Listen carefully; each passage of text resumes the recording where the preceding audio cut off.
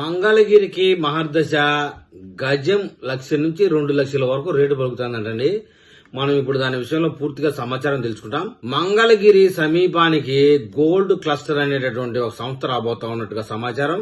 మంగళగిరి సమీపంలో 78 ఎకరాల భూమిని అయితే సమీకరించబోతా ఉన్నట్టుగా సమాచారం. మంగళగిరికి దగ్గర ఉన్నటువంటి ఆత్మకూరు గ్రామంలో. ఇక భారతదేశంలో ఎక్కడా లేని విధంగా ఆత్మకూరులో gold cluster gems process unit ఏర్పాటు చేయడం కోసంగా కూటమి ప్రభుత్వం నిర్ణయం తీసుకుందని చెప్తా ఉన్నారు. ఇక్కడ మనం చెప్పుకోవాల్సింది ఏంటంటే దీని కారణంగా ప్రత్యక్షంగా 20,000 మందికి ఉపాధి కలుగుతుందని చెప్తా ఉన్నారు. పరోక్షంగా 80,000 మందికి పని దొరుకుతుందని చెప్తా ఉన్నారు. గుజరాత్ రాష్ట్రంలో ఎలాగైతే వజ్రాలు కట్టింగ్ చేయడానికి ఒకే ప్రాంతానికి సంబంధించి మౌలిక సదుపాయాలను ఎలాగైతే అభివృద్ధి చేసిందో ప్రపంచంలోనే అతిపెద్ద బిల్డింగుల్లో ఒక బిల్డింగ్ గా నిర్మించింది. అదే మాదిరిగా మంగళగిరి గోల్డ్ క్లస్టర్ కి అనుకూలంగా భూమి సమీకరణ ల్యాండ్ పూలింగ్ చేసేందుకు నోటిఫికేషన్ అయితే విడుదలైందని చెప్తా ఉన్నారు. అయితే అమరావతిలో రాజధానికి అని భూమి ల్యాండ్ పూలింగ్ తీసుకున్న మాదిరిగా ఇక్కడ పరిహారం ఇవ్వడానికి రైతులకి అదే పద్ధతిలో ముందుకు రావడం లేదు.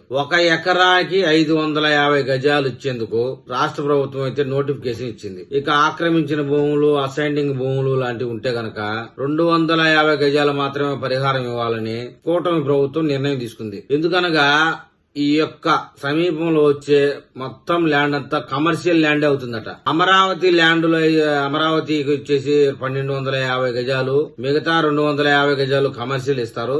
గోల్డ్ క్లస్టర్ కు సంబంధించిన వరకు ప్రతి గజం ₹1,00,000 నుంచి 2,00,000 రూపాయలతో సమానంగా చెప్తున్నారు. ఒక వ్యక్తికి 550 గజాలు ఇస్తే గనక దాని విలువ 7 నుంచి 8 కోట్లుగా చెప్పబడతా ఉంది. 20-30 సెంట్లున్న వ్యక్తికి కూడా 130 గజాలు ఇవ్వడానికైతే ప్రభుత్వం ల్యాండ్ పూలింగ్ లో ఒప్పుకుంది. 1 నెల రోజుల లోపలనే భూ సమీకరణ ప్రక్రియ పూర్తయిపోతుందట.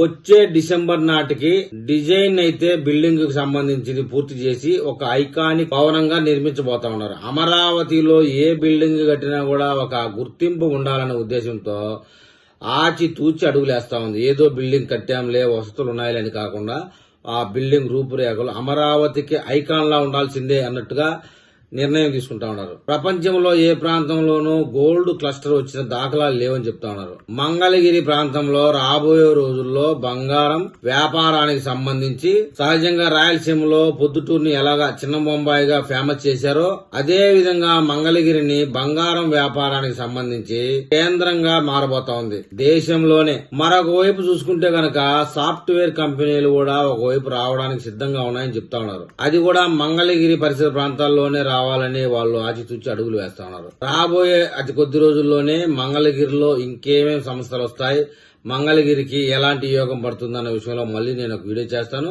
ఆ వీడియో మీకు చేరాలంటే నా ఛానల్ సబ్స్క్రైబ్ చేయండి, లైక్ చేయండి. మీరు ఏదైనా తెలపాలంటే కామెంట్ రూపంలో తెలపండి.